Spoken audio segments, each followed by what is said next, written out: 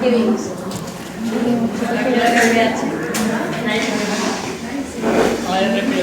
Comenzamos con el RH.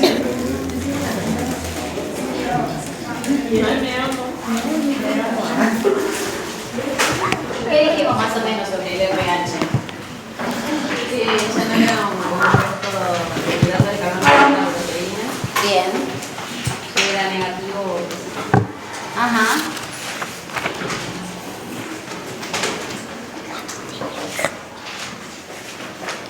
Que se define por el gen de. Bien, por el gen D, sí, es el antígeno D del sistema RH. ¿Qué otros antígenos forman parte del sistema RH?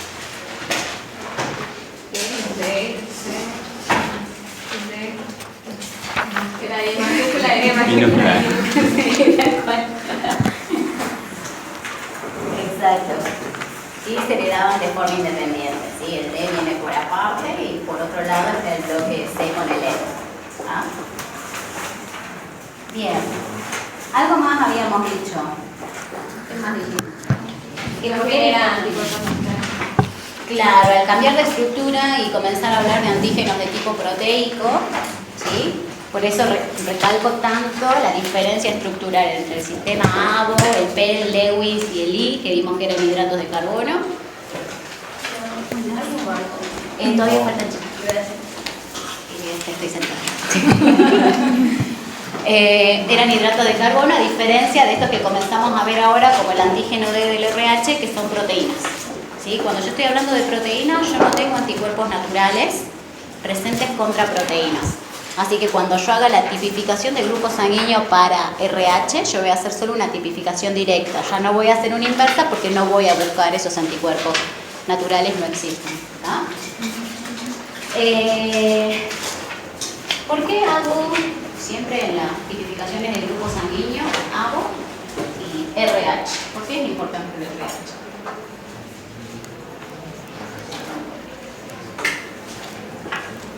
Parece positivo o negativo. Claro, ¿y por qué me importa a mí que sea positivo o negativo? Porque ya cambian la estructura, digamos. Claro, y al momento de una transfusión, ¿por qué es importante? Porque lo van a rechazar. Si la persona es negativa y le pasan, es A negativo, le pasan A positivo, no va a aceptar. A negativo a un A positivo. No se puede, ¿verdad? ¿En qué sentido no se puede? ¿De un negativo a un positivo? ¿O de un positivo a un negativo? De un positivo a un negativo, ¿sí? No puedo hacer de un RH positivo a un RH negativo. Quizás no pase nada en la primera transfusión, porque ¿qué pasaba? ¿Qué característica tenían esto? Porque a diferencia del grupo ABO, ¿sí? El grupo ABO todos tenemos anticuerpos naturales circulando, ¿sí? Contra el antígeno ABO que no tenemos. Por eso es que el grupo A no puede aceptar un grupo B, etcétera, pero porque esos anticuerpos ya están presentes de antemano. Son anticuerpos naturales de nuestra inmunidad innata. Punto. Ahora, con el antígeno D es distinto. Yo no tengo anticuerpos preformados. Así que yo puedo recibir, por ejemplo, una primera transfusión, quizás de yo siendo un RH negativo, de un RH positivo, inmediatamente voy a rechazar esa sangre. No. Primero se van a formar anticuerpos. Ahí tengo el primer evento sensibilizante. ¿Sí? Eso se conocen como eventos sensibilizantes. Que es lo mismo que pasa con las mujeres que son RH negativas y quedan embarazadas con un bebé que es RH positivo. ¿Sí? Ese embarazo pasa a ser un evento sensibilizante para la mujer. ¿Sí? Es el primer contacto que, en ese caso, si es un embarazo o como en el caso de una transfusión, el individuo tiene un contacto con ese antígeno que le es extraño. No lo tiene, es RH negativo, y de pronto entra en contacto y esto forma parte, ¿sí? Esta respuesta forma parte de la inmunidad adaptativa. ¿Ah? O sea que va a ser una inmunidad en la cual va a reconocer linfocitos, eventualmente con el paso del tiempo se van a crear anticuerpos específicos y van a quedar memoria. Hizo falta.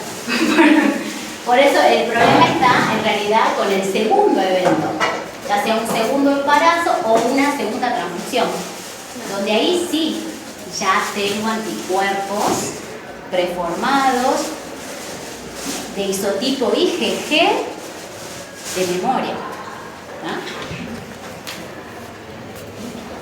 Y hasta ahí medianamente me sigue la diferencia entre el ABO y el RH, al menos desde la parte inmunológica. Y otra cosa a tener en cuenta con el RH y por qué se hace siempre la tipificación del RH es porque es uno de los antígenos más inmunogénicos. ¿Se acuerdan que habíamos hablado de la inmunogenicidad? Que era que algo sea más o menos inmunogénico. Que tenga más capacidad de producir anticuerpos y de Exacto. generar una respuesta. Exacto, ¿sí? Algo que es muy inmunogénico o con una alta inmunogenicidad va a ser algo capaz, que tiene mucha fuerza de generar una respuesta inmune, ¿sí? Y algo poco inmunogénico, todo lo contrario. En el caso del antígeno D del RH, tiene la característica de ser muy inmunogénico. ¿El cual? El antígeno D del RH.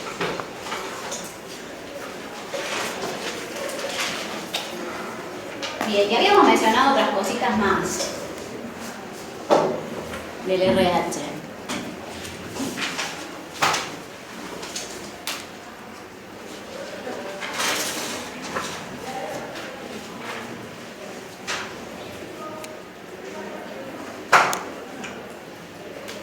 Se basaba en la membrana citoplasmática. Ajá, es una proteína que atraviesa varias veces la membrana citoplasmática. No tengo teaser por buscar allá, pero todavía no llegó nadie. Igual ahí lo tienen en los gráficos. Y tenía variantes. ¿Se acuerdan un poquito de? Ajá, exacto, de débil y de parcial. ¿Qué características tenía? Era desde el desplazaba una parte de la proteína. ¿A la débil? Sí. A la parcial. A la parcial. Y la débil es un tema de expresión. ¿Sí? Siempre asocian el débil como que tiene que ver con algo de expresión, una expresión débil, o sea, una expresión baja. Que es lo que les puse en una de las diapos. ¿Y la otra qué era? La otra ya es una alteración morfológica, ¿sí? Le faltan unos pedazos de aminoácidos, la parcial. ¿Y eso influía en cómo funcionaba la proteína? No. Buenas noches.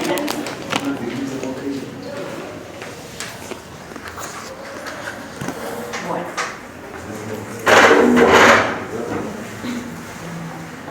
Dentro de los D parciales, yo les había mencionado que hay un montón, ¿sí? Pero que nosotros íbamos a ver uno en particular, que es el DBI, ¿sí? Acá les puse un poquito sobre la variante DBI. Acá lo que les dice es que carece de los epitopes 6 y 7, ¿sí? Ahora vamos a ver por qué son importantes. Tiene que ver un poco con los reactivos. Los reactivos que se usan para tipificación de buenas. Los reactivos que se usan para tipificación de antígeno del RH, ¿sí? Son antisueros. Así como vimos para la tipificación directa del A y del B, que tengo un antisuero anti-A, un antisuero anti-B. Ahora voy a tener que usar para el RH un antisuero anti-D, ¿sí? Un antisuero anti-D. Bien, estos antisueros anti-D están dirigidos justamente contra esa región, ¿sí? Contra los epitopes 6 y 7 del antígeno D. Y la variante DBI tiene esa característica de que le está faltando justamente el epitope 6 y 7. O sea que no va a ocurrir nada.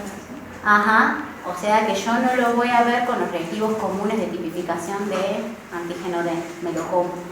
Yo un DBI en una tipificación directa con el antígeno común que uso para tipificación de antígeno D, no lo veo porque justo está dirigido contra el epitope que le está faltando al DBI. Por eso es que... Esto no tengo tiza.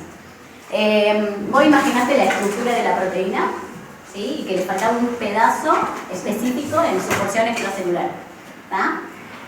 Cuando se diseñan los monoclonales contra el antígeno B, están dirigidos justamente contra ese epitope. Lo que le falta. Justo contra lo que le Los falta. monoclonales serían los... Son los que se usan como reactivos, Los ¿sí? Son anticuerpos. anticuerpos, ¿viste? Como los antisueros para la tipificación del A y del B. Bueno, ahora usamos un antisuero anti-D. Son anticuerpos específicos, hechos de Pero se forma llaman monoclonal. monoclonal. Exacto. Son de tipo monoclonal, ¿sí? Y están dirigidos contra justo este epitope que le está faltando al DBI. Por eso es que estudiamos aparte el DBI, porque es importante en ese sentido. Por eso yo les mandé los insertos que les mandé. ¿Ah? Ahora los vamos a ver. Bien. Vamos un poquito a los insertos que les envié. ¿Pudieron mirarlos un poquito? ¿O leerlos algo? ¿Hay algo que les haya llamado la atención? Los que no lo leyeron, les doy un reto para que los lean. ¿En cuál estamos nosotros? Porque yo entré a la clase 5. Pues, Sí, pero yo mandé otros dos archivos anteriores, que son dos insertos. Uno es de línea Chemical RHD y el otro no me acuerdo cómo le puse el nombre. Anti-D. Bueno, de Wiener, de otro de... Sí, el otro es de línea Chemical. ¿Wiener o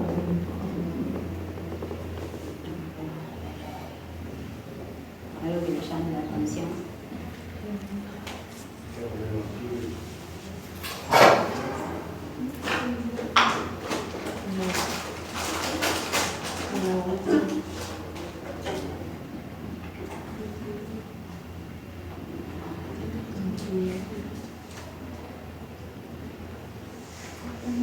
La aglutinación no se ve a simple vista. La aglutinación sí se ve a simple vista. Sí.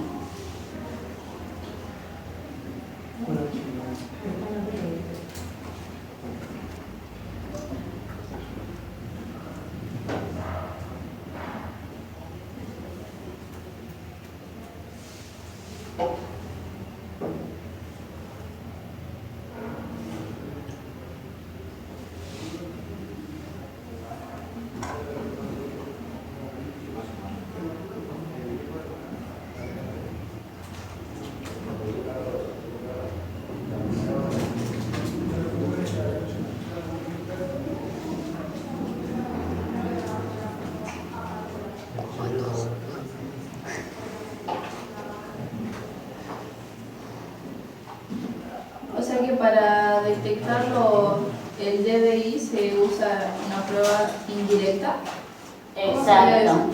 Exacto, y eso es lo que vamos a ver ahora. ¿Sí? Vamos a ver la CUMS, que acá la pone, que también se la conoce como prueba antiglobulina humana, AGH, que la ven en la parte, tienen que ver, a ver, ¿no? Yo estoy leyendo uno, pero no sé si estoy leyendo el mismo que usted.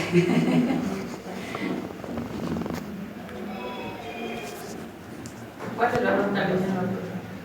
¿El negro o el rojo? En el rojo les menciona en la parte de la introducción, ¿sí? Les dice, la determinación del grupo sanguíneo del sistema RH se efectúa enfrentando los hematíes problemas, o sea, los hematíes del paciente, con anticuerpos anti-D de especificidad conocida. Eso es lo que tiene este reactivo, ¿no? Bueno, el reactivo origina una aglutinación directa con hematíes que posean el antígeno D. Hasta ahí vamos todo bien, ¿verdad? Una alta proporción de D, que son los D débiles, y esa es otra forma de designar a los D débiles, y una aglutinación indirecta con los hematíes de categoría de DBI, en un ensayo correspondiente a la prueba de la antiglobulina humana. O sea que yo para detectar DBI voy a tener que hacer la prueba de antiglobulina humana de forma indirecta, que la vamos a ver. ¿Ah? Bueno, la aglutinación de los hematíes es indicativa de la presencia del antígeno correspondiente. Si aglutina está, es positivo, y si no aglutina, pues está en negativo. ¿Está? Bien. Ahora, cuando pone la composición de los reactivos, ahí les pone que es una mezcla de anticuerpos IgG e IgM anti-D monoclonales humanos bajo en proteínas, ¿tá? Y les pone los clones de los cuales se obtuvieron los anticuerpos, y acá está un poquito menos descrito que en el otro. En el negro, ¿sí?, que es el de Wiener, el de laboratorio Wiener,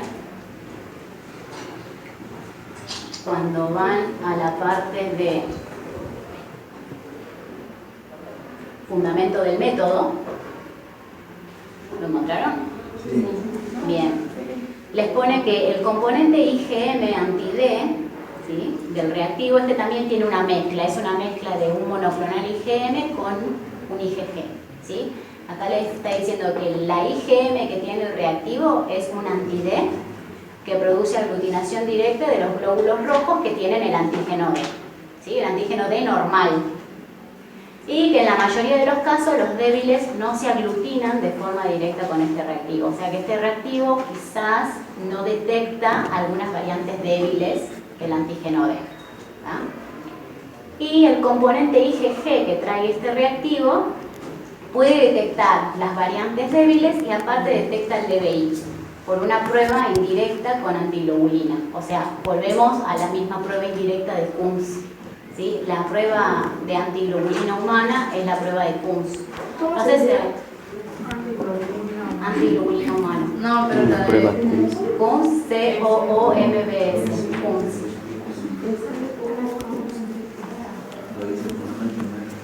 Profe, o sea, Sí.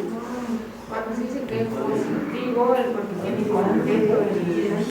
Claro, ahí voy a buscar ya una artista, a ver si ya llegó Hola, alguien bien, acá. aquí manda el profe.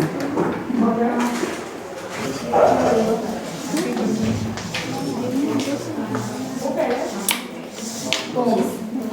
¿Sí? O prueba de anti...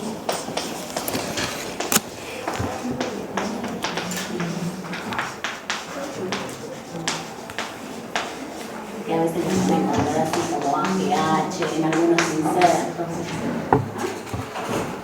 Nada más que la reacción de Kunz. Entonces, una característica particular que tienen los reactivos para tipificación de RH, ¿sí?, o sea, los antisueros,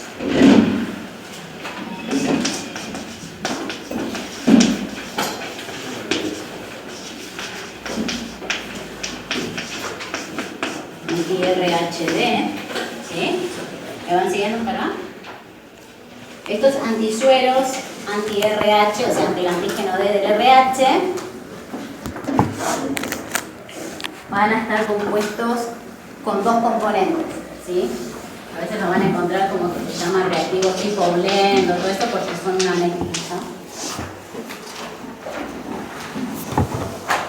Tienen por un lado una IgM y una IgG, ¿tá? La IgM, según el reactivo, ¿sí?,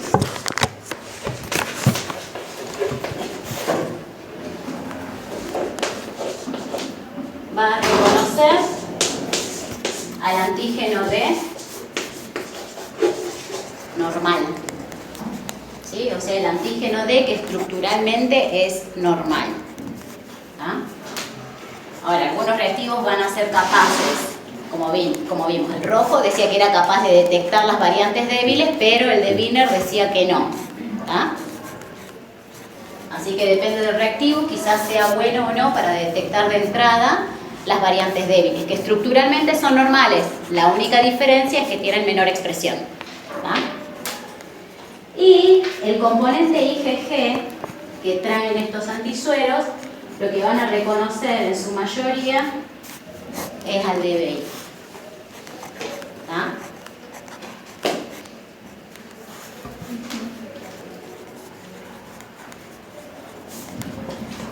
Como yo les mencioné, yo dijo tengo... que el IgM no reconocía los débiles en algunos reactivos. Sí, por ejemplo, el rojo, el que vimos primero, el de Linear Chemical, decía que reconocía la mayor variante de D débiles.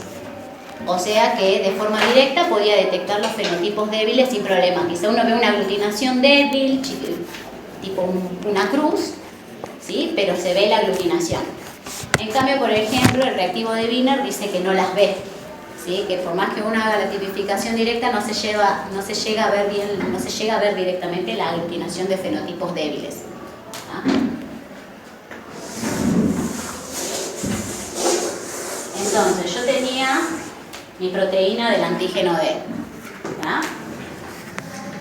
La IgM entonces va a unirse, pongámosle que acá está justo este pedacito que yo les decía que le falta al DBI, que es justo esta región del epitope 6-7, ¿sí? Así se llama. Esta IgM que reconoce al D normal justo está dirigido,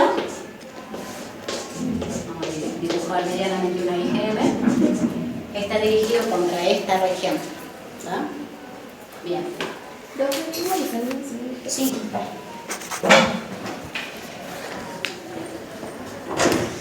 Por eso, si al DBI, ¿dónde está?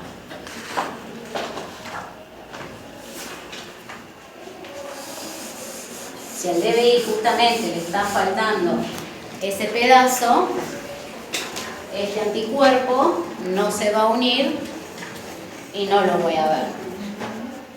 ¿Se entiende? Sí. Bien.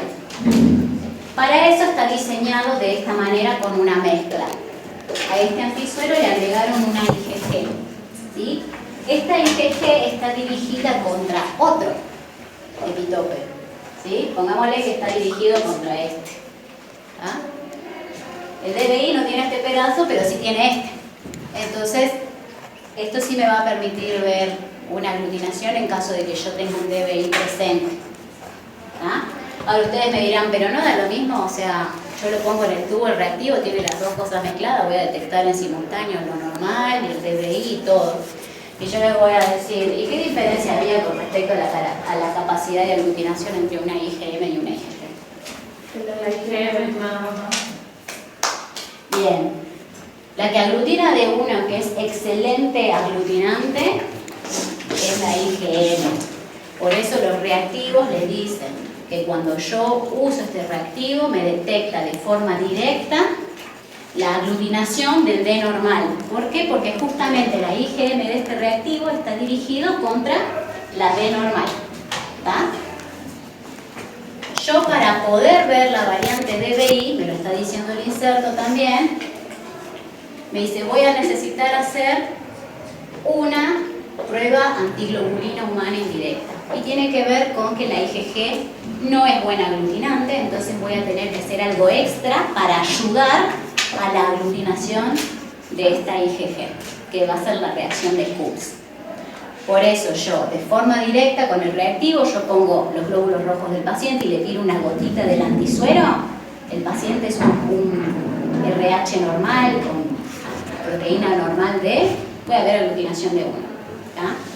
Ahora, si lo veo negativo, puedo hacerle una Coombs y ver si no me aparece esto.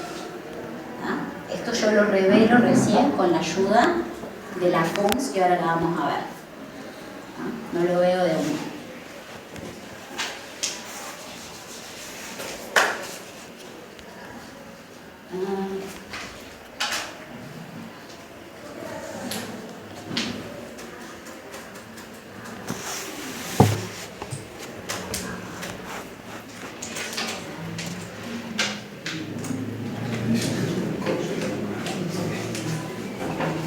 ¿Puedo borrar?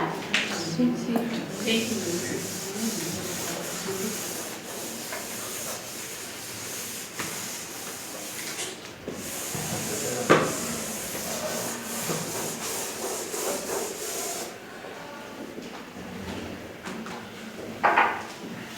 Bien.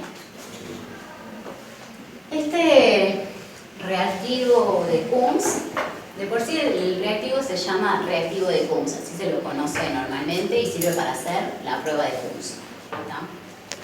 Por convención, siempre que lo encuentren, así como había una convención de colores para la tipificación de A y B, que el A era celeste y el B era amarillo, el reactivo de Coombs es verde. Siempre que encuentren el reactivo de Coombs lo van a encontrar de color verde. Y el anti-D es siempre transparente. Bien. El reactivo de Kunz es un reactivo, como dice acá, es un antiglobulina humana, o sea que va a reconocer anticuerpos. Es un anticuerpo. Es un anticuerpo ante un anticuerpo. O sea que es un anticuerpo, este sería el reactivo de Kunz, que va a ser capaz de reconocer la porción FC de un anticuerpo. Pongámosle que el anticuerpo está unido a algo. ¿Sí?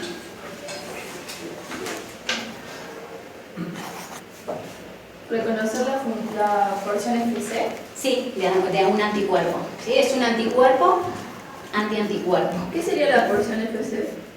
¿Te acordás en los anticuerpos que vos tenías las dos cadenas pesadas y la cadena liviana? Ajá. Que la zona donde tenías solo las dos cadenas pesadas, esta colita de ahí, era la región FC del anticuerpo. ¿Ah? Bien. Entonces,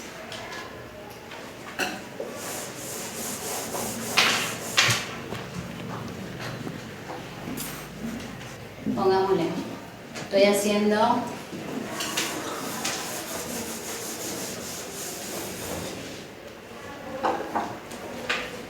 tengo mis glóbulos rojos, tengo mis glóbulos rojos divinos ahí.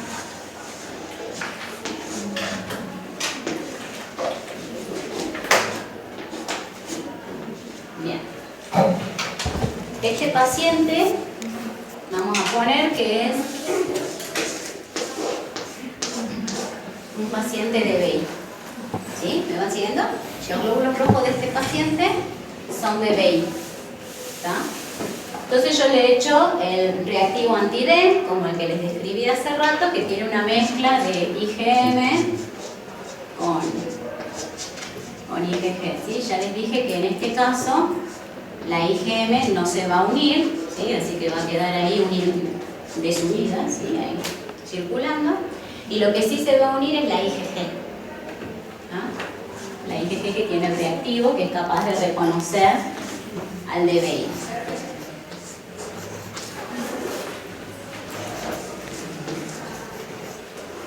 Ahora, no es buena aglutinante la IgG. Entonces, al principio, ¿sí? La IgG se unió, pero yo no veo aglutinación. ¿Ah? No significa que no esté unida. Está unida la IgG, pero yo no llego a ver la aglutinación. Entonces, lo que se hace es, esto se lo deja incubar un rato al reactivo, ¿sí? En 37 grados, unos 30 minutos aproximadamente. Como para que se estabilice bien la unión de la IgG del reactivo a los glóbulos rojos. ¿Ah? Y luego le voy a agregar el reactivo de Kunz. ¿Qué dijo que a 37 grados? Lo dejo a 37 grados 30 minutos que incube, ¿sí? El antisuero que yo le agregué con los glóbulos rojos. Eso permite una mejor unión de las IgG. Con el anti-D entonces. Claro, yo tuve el primer paso. Entonces tengo los glóbulos rojos más el reactivo anti-D, que estamos usando uno de estos que tienen mezcla, ¿no? El tipo blend que tiene la M con la G. ¿No? La M no se une, la G sí, pero no es buena aglutinante, así que no veo nada. ¿No? Paso siguiente se incuba, y a esto hay que hacerle en realidad un paso más, que son 3 lavados. Porque ¿qué les dije yo que reconocía el reactivo de Kunz? La FC. Ajá, reconoce anticuerpos, ¿sí? Pongámosle que yo estoy haciendo esto en un tubo. ¿Tá?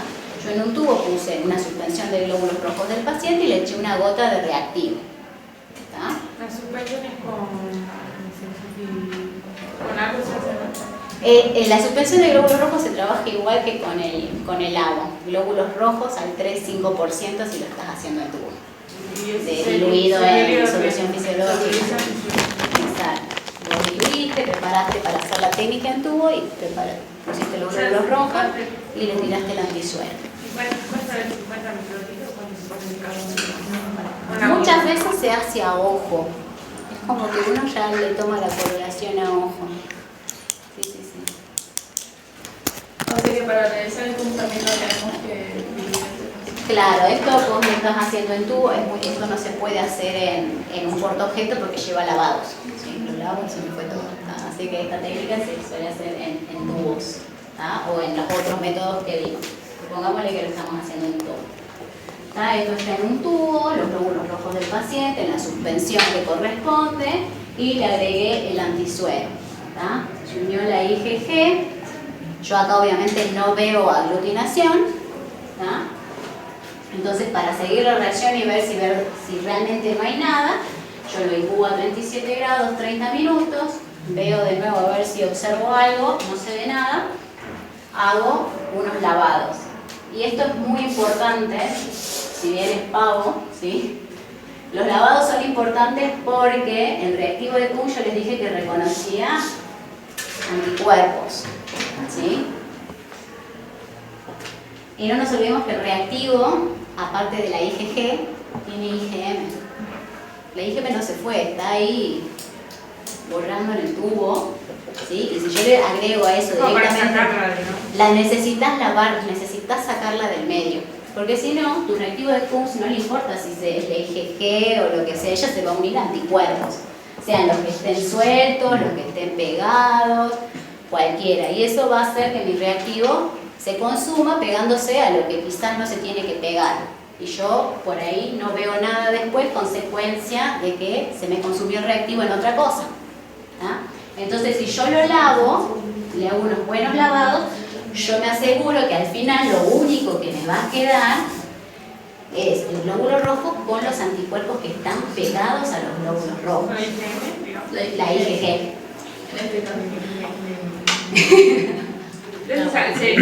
Se lava para sacar la IgM. Para sacar la IgM y lo que no se haya pegado. Todo lo que quedó libre y no se pegó al glóbulo rojo, yo lo elimino con los lavados. Y yo me aseguro que después de lo lavado, lo único que a mí me va a quedar es glóbulos rojos con los anticuerpos pegados. Entonces, después de los lavaditos, ya a ese tubito mismo le agrego el reactivo de Kuhn. El reactivo de Kuhn, ¿por qué me va a ayudar? Porque me ayuda a terminar de armar, bueno, no me quedó muy lindo el dibujito, me ayuda a terminar de armar, encima tengo que salir un solo color, los puentes que yo necesito para formar la malla de aglutinación, ¿sí? Es como que me termina de puentear, le ayuda al IgG armando otro puente y yo termino viendo y revelando la aglutinación. Si obviamente no se pegó nada, por más que yo le agregue reactivo de Kuhn, yo no voy a hacer nada. Pongámosle que el paciente es RH negativo, o sea que no tiene antígeno D, es RH negativo, entonces yo estoy haciendo la técnica en tubo, le agregué el reactivo, pero no se va a unir absolutamente nada. Y la refuerza los puentes entre antígeno y anticuerpo. Claro, refuerza los puentes entre los anticuerpos.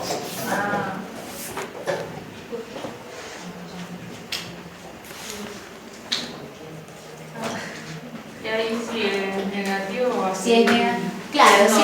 Homogéneo, digamos. Claro, tal cual, no ves aglutinación. Si es negativo, vos le agregás reactivo, no ves nada, haces lo mismo de acá, le terminás agregando el reactivo de Kuhn y tampoco vas a ver absolutamente nada. No vas a ver aglutinación porque no se pegó nada.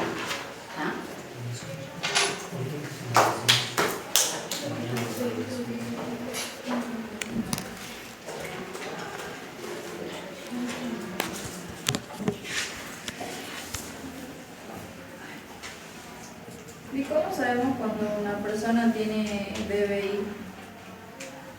O sea, Porque sale negativa, o sea, cuando vuelve a hacer el grupo factor te da negativo y tienes que hacer una confirmación de que sea negativo. Claro, exacto.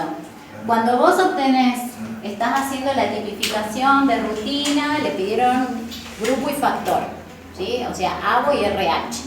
¿tá? Le haces la tipificación del ABO y de pronto el tubo del RH lo ves negativo. Entonces vos ahí decís, confirmo, ¿es realmente un negativo o hay algo más? Y ahí se hace la CUMS. ¿tá? Y en la CUMS terminás revelando o fenotipos débiles o DBI, depende de lo que diga el inserto del reactivo para qué está diseñado, ¿sí? Algunos sirven para detectar débiles nada más, otros para detectar DBI, otros para detectar los dos. Y por ejemplo, el que dijo que sí detecta, digamos, los DBI, no haría falta hacer una CUMS, ¿no? Sí.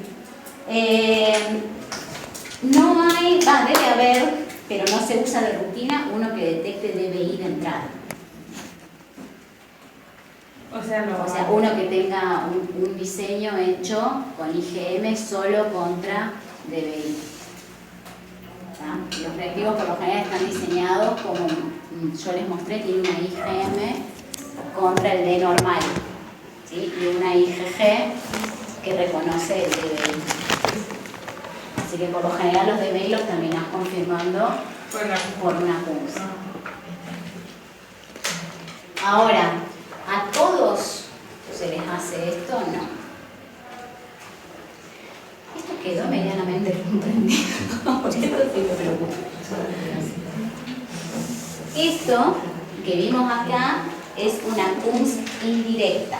¿sí? Después, más adelante, vamos a ver una CUMS directa y qué aplicaciones tiene. Esta, la tipificación de los fenotipos DBI o débiles del RH, es una de las aplicaciones que tiene la CUMS indirecta. Tiene otras aplicaciones más, o sea que nos vamos a volver a encontrar con la CUMS indirecta. Aplicada de otra manera, para otra cosa, pero que el fundamento va a ser básicamente lo mismo, que es antiglobulina, ¿sí? Me va a ayudar a puentear en caso de que yo tenga una IgG que es malaglutinante. Bien, veamos.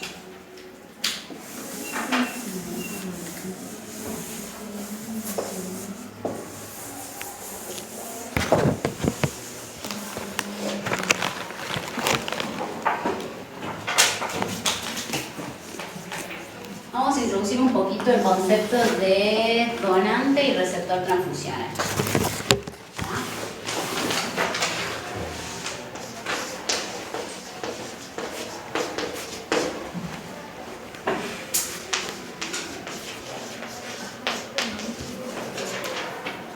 Donante y receptor.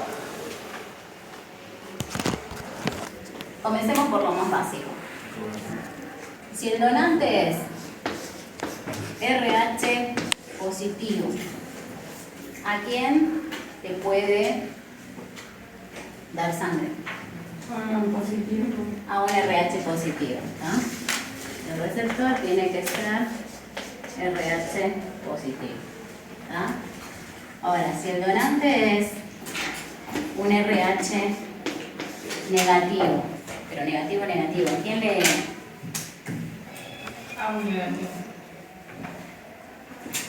Y a un positivo también. Bien. Él le puede dar a los dos, al RH positivo y al RH negativo. ¿Hasta ahí vamos?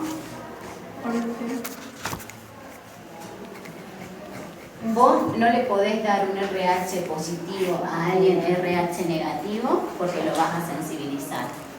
¿tá? Una persona que es RH negativo significa que no tiene antígeno D.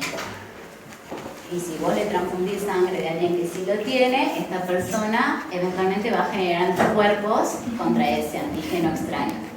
¿tá? En cambio, el que no tiene antígeno D, el que sí lo tiene, le da lo mismo recibir de este, pero el RH negativo siempre tiene que recibir de un RH negativo. ¿tá?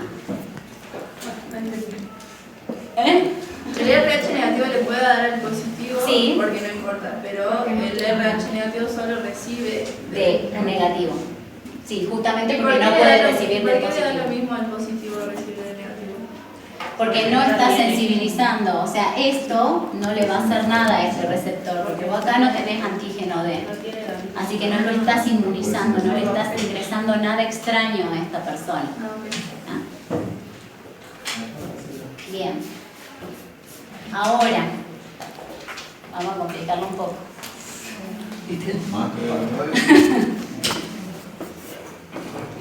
Es DBI. Mi donante.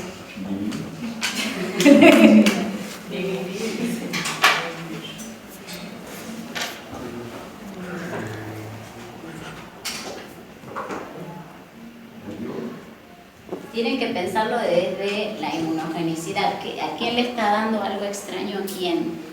¿Qué le va a hacer extraño al receptor? Tienen que pensar en la compatibilidad donante-receptor. Le puede dar al positivo. Bien.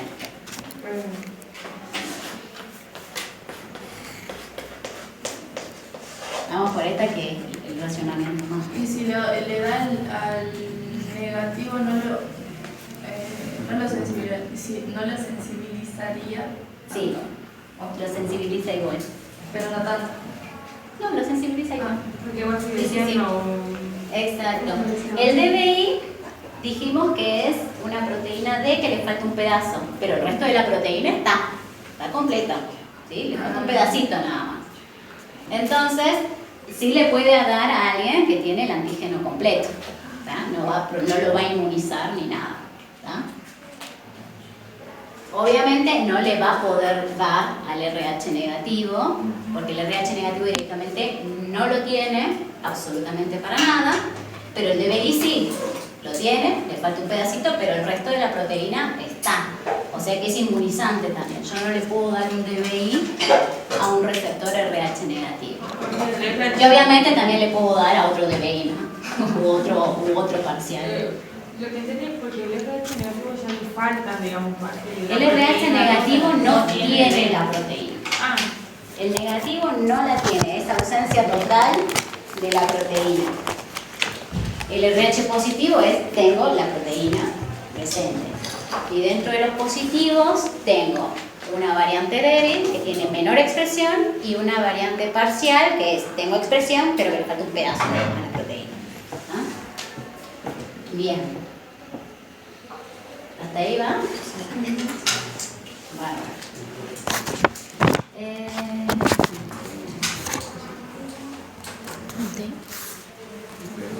Bien.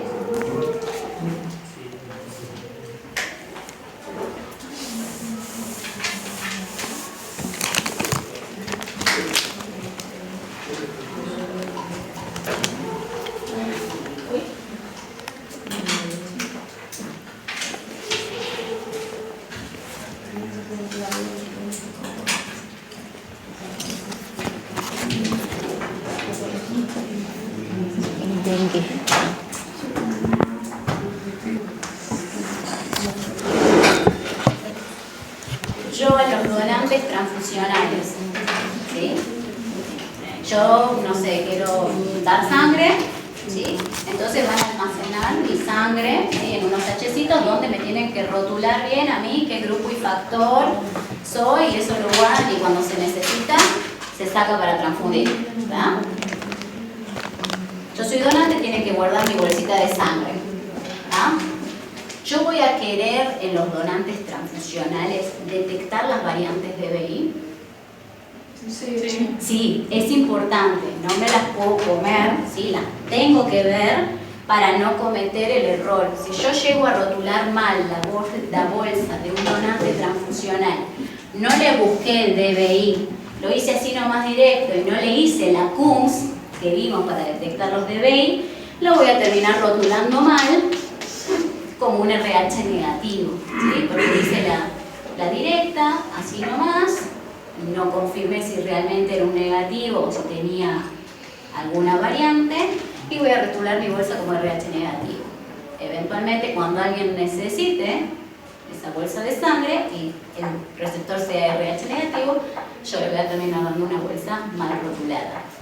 ¿Tá?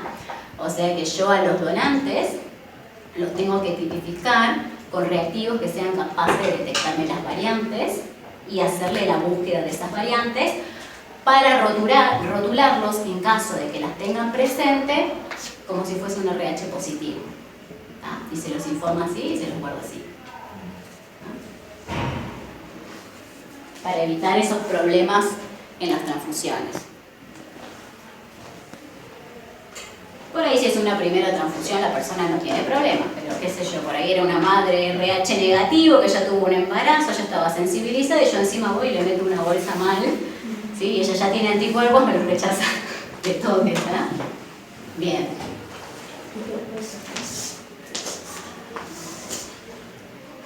Ahora,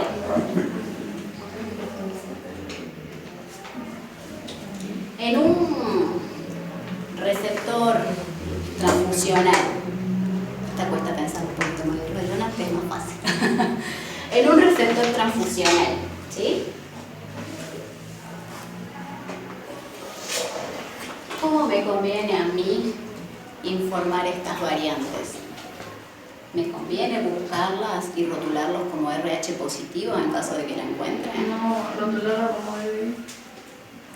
O las identifico bien y quedo segura que es un DBI, o me conviene quizás rotularlos como un RH negativo también, para que por seguridad transfusional reciban siempre sangre de RH negativo. ¿Tá? Así que por lo general a los receptores transfusionales, cuando yo le hago una tipificación de RH, no busco seguir los pasos que les mostré de la CUMS. Me quedo con la tipificación así directa. Si aglutina es RH positivo y si no aglutina, paro ahí y por seguridad transfusional prefiero rotularlo como un RH negativo y que reciba sangre de un RH negativo. Entonces el DBI solamente puede recibir de negativo. El DBI conviene que reciba de negativo o de otro DBI.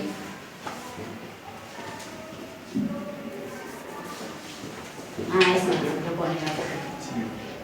El RH. Me faltaba una flecha.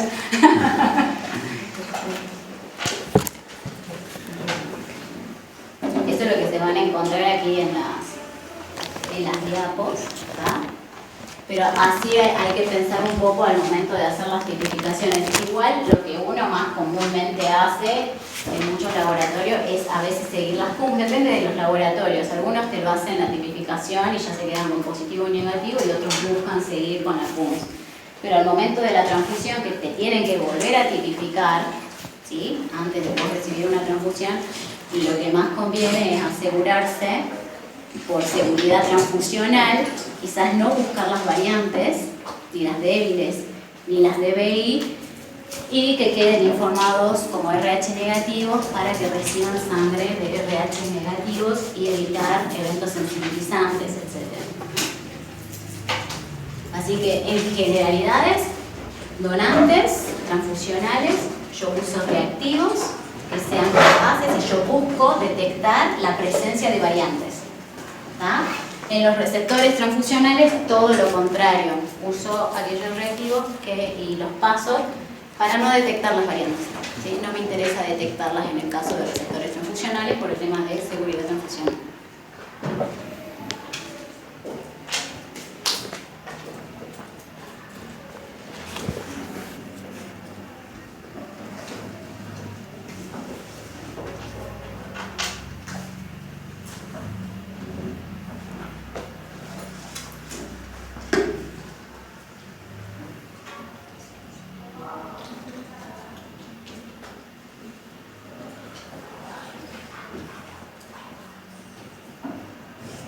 Bien. Yo creo que con esto ya quedamos por el día de hoy. ¿Cuándo rendimos, profe, el 2 de mayo? El 2 de mayo. Inmunohemato. Hemato. Y Lo que estamos hoy. Inmuno no, porque inmuno es anual, que no. Sí, pero igual tienen examen el 11. Porque son 4 exámenes en el año. 2 antes del receso y El 2 11 de mayo. después del receso. 11 de mayo. Inmunología, ¿no? Inmunología.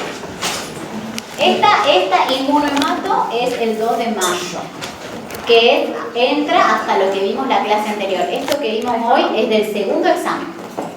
Ay, que Dios la bendiga.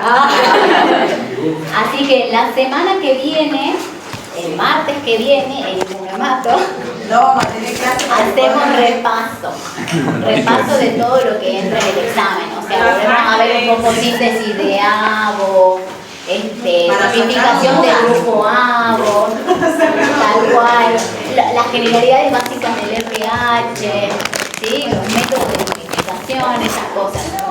¿Tá? Y esto es lo que queda para el segundo. ¿Ah? Así que bueno.